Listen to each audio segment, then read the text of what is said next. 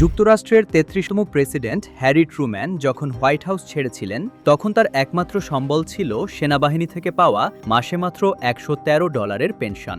Truman লিখেছিলেন, president পদের মর্যাদা ও সম্মানকে ব্যবসায়িক উদ্দেশ্যে ব্যবহার করা ঠিক নয়।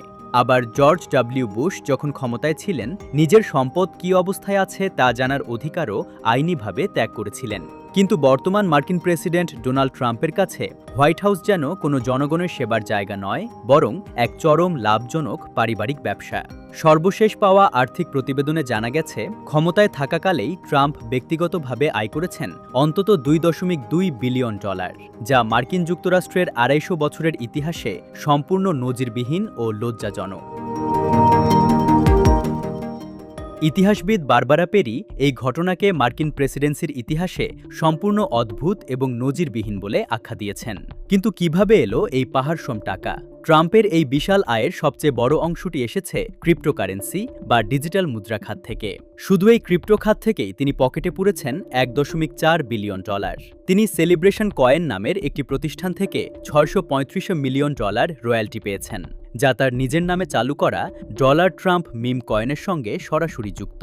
শুধু তাই নয়, ওয়ার্ল্ড লিবার্টি ফিন্যান্সিয়াল নামের আরেকটি ক্রিপ্টো ব্যবসা থেকে তিনি $৫০০ মিলিয়ন বেশি আয় করেছেন। আর এই কোম্পানির নেপথ্যে কারা আছেন জানেন? ট্রাম্পের দুই ছেলে ডোনাল্ড জুনিয়র ও এরিক ট্রাম্প। অর্থাৎ একদিকে রাষ্ট্র পরিচালনা, অন্যদিকে পরিবারের ক্রিপ্টো ব্যবসা সম্প্রসারণ, সব চলছে একসাথে।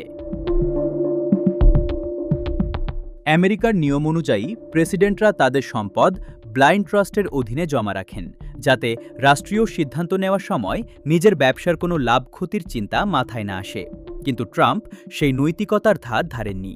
তিনি তার পারিবারিক ব্যবসার নিয়ন্ত্রণ ছেলেদের হাতে দিলেও কোনো ব্লাইন্ড ট্রাস্টে সম্পদ রাখেননি, যার ফলশ্রুতিতে ২০২৪ সালের তুলনায় ২০২৫ সালে এসে ট্রাম্পের ব্যক্তিগত আয় বেড়েছে প্রায় ৪ গুণ।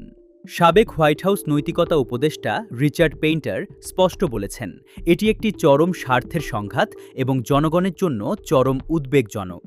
অতীতে আমেরিকার অনেক প্রেসিডেন্ট এসেছেন, রাজনৈতিক দুর্নীতিও হয়েছে, কিন্তু দায়িত্ব পালনরত অবস্থায় একজন প্রেসিডেন্ট সরাসরি নিজের পকেট এভাবে বিলিয়ন ডলারে ভারী করেছেন, এমন কলঙ্কিত ইতিহাস আর একটিও নেই। হোয়াইট হাউস থেকে দাবি করা হচ্ছে ট্রাম্পের এই আয়ে নাকি কোনো স্বার্থের সংঘাত নেই এবং সব সিদ্ধান্ত জনগণের জন্যই নেওয়া হয়েছে। কিন্তু সাধারণ মানুষ বোকা নয়। বিশ্বজুড়ে আমেরিকার যে তথাকথিত গণতান্ত্রিক নৈতিকতার বুলি, তা আজ ট্রাম্পের এই $2.2 বিলিয়ন নিচে চাপা পড়ে গেছে। ডোনাল্ড ট্রাম্প প্রমাণ করে দিলেন, আমেরিকার সর্বোচ্চ ক্ষমতা আজ আর কোনো দায়িত্বের জায়গা নয়, বরং বিশ্বের সবচেয়ে লাভজনক পেশা।